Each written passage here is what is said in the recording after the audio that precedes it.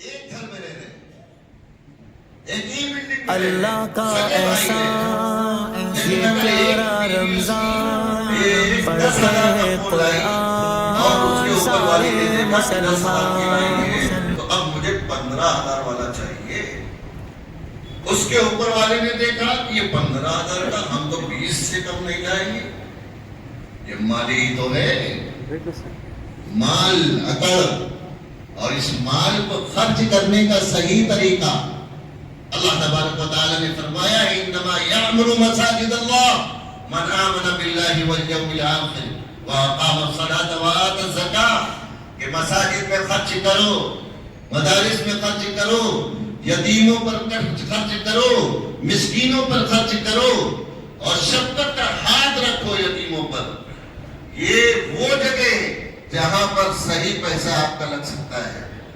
اور پیسہ لگانے کے لیے بڑے بڑے پیچھے تاریخ جب پڑھیے تو بڑے بڑے شہنشاہ، بڑے بڑے فقیر، بڑے بڑے محدث جنہوں نے قرآن کو سمجھا، حدیث کو سمجھا، انہوں نے پیسے کی پرواہ نہیں کی.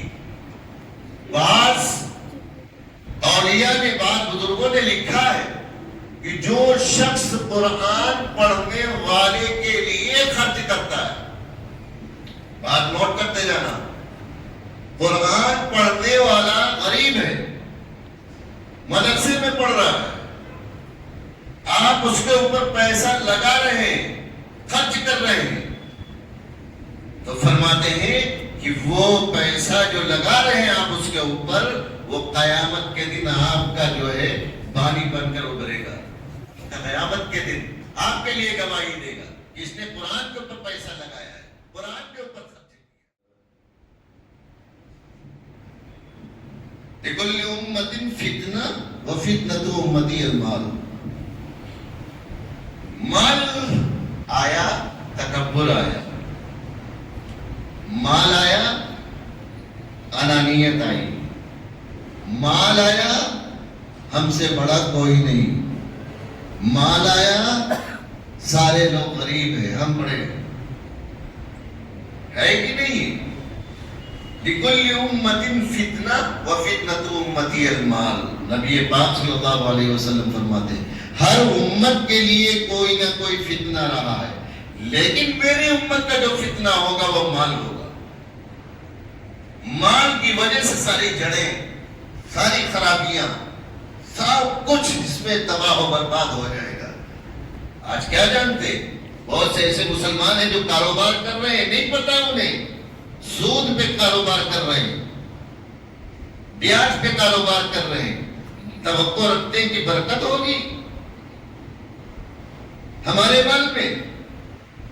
معاذ اللہ، کبھی نہیں ہو سکتی. جس چیز کو قرآن نے حرام قرار دے دیا ہے، اس چیز کو ہم حلال سمجھ کر اگر استعمال کریں گے کبھی ترقی نہیں ہوگی. ربا حرام ہے، سود، لیکن کاروبار اور بزنس سود پہ چل رہا ہے. کاروبار اور بزنس سود پہ چل رہا ہے. اور پھر جب پریشانیاں گھیرتی ہیں گھروں میں، پریشان ہوتے ہیں، پھر کہتے ہیں کہ جو ہم پریشان ہیں. اب پریشانی کی وجہ نہیں سمجھتے کس وجہ سے پریشانی آئی. ہمارے پاس بہت سے ایسی مثالیں ہیں جو بیچارے آج اربوں خربوں روپے کما رہے ہیں، لیکن 1 روپیہ انہوں نے بیاج کا، سود کا کاروبار میں نہیں لگایا.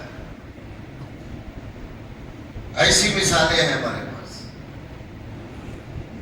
اس لیے یہ جو چیزیں ہمارے اندر جا رہی ہیں غلط چیزیں، ویسا ہمارا ذہن بن رہا ہے.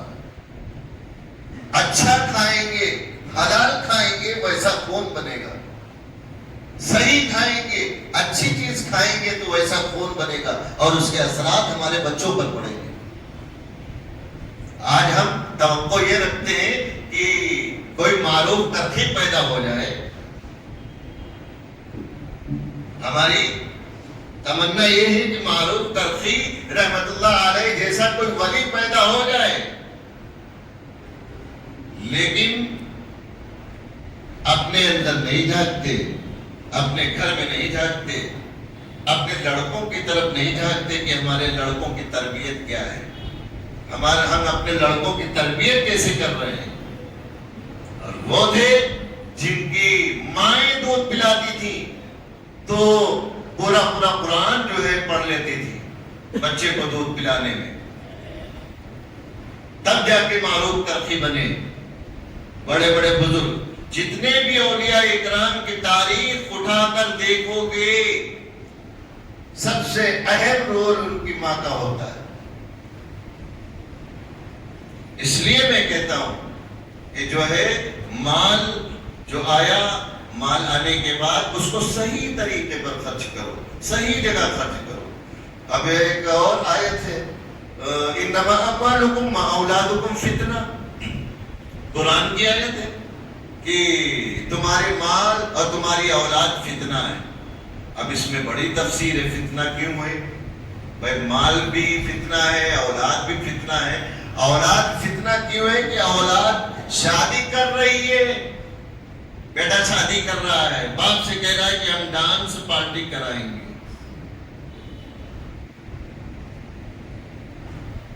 شادی ہو رہی ہے، باپ منع کر رہا ہے، بیٹا کہہ رہا ہے نہیں ہم ڈانس پارٹی کرائیں گے شادی میں، باپ نے پیسہ دے دیا کرا لو۔ اب یہ اولاد فتنہ بنی نا، بنی کہ نہیں؟ باپ کے لیے بھی اور خود کے لیے بھی۔ وَأَمْوَالُكُمْ، اور مال بھی اسی طریقے سے فتنہ بنتا ہے۔ غلط جگہ پر خرچ کرو گے، ناجائز جگہ پر خرچ کرو گے، حرام جگہ پر خرچ کرو گے، یہ بھی فتنہ بنے گا۔ اس لیے میرے بھائیوں اور بزرگوں، عزیز ساتھیوں، میں نے جو کچھ چھوٹی موٹی باتیں، لیکن سب سے پہلا عقیدہ یہ ہے، عقیدہ اپنا صاف کریے کہ رمضان کے بارے میں ہمیں لب کشائی کرنے کی ضرورت نہیں ہے، زکوٰۃ کے بارے میں ہمیں لب کشائی کرنے کی ضرورت نہیں ہے۔ جتنے فرائض ہیں اسلام میں، ہم میں ذرہ برابر لب کشائی کرنے کی ضرورت نہیں ہے۔ اگر ہم نے زبان سے نکال دیا کچھ تو ایمان سے چلے گئے، اس کو نوٹ کر لیں۔ اس لیے زبان سنبھال کے استعمال کریں۔ اور دوسری بات یہ ہے کہ رمضان کا مہینہ چل رہا ہے اور اس میں میں نے تو مشہور نہیں کیا، لیکن مشہور ہے کہ 1 کا 70 کیا ہے بھائی؟ 1 کا 70 یہاں چلتا ہے کہ نہیں چلتا؟ ہمارے یہاں چلتا ہے 1 کا 70۔ تو 1 کا 70 یہاں جو ہے آپ بھی کمائیے،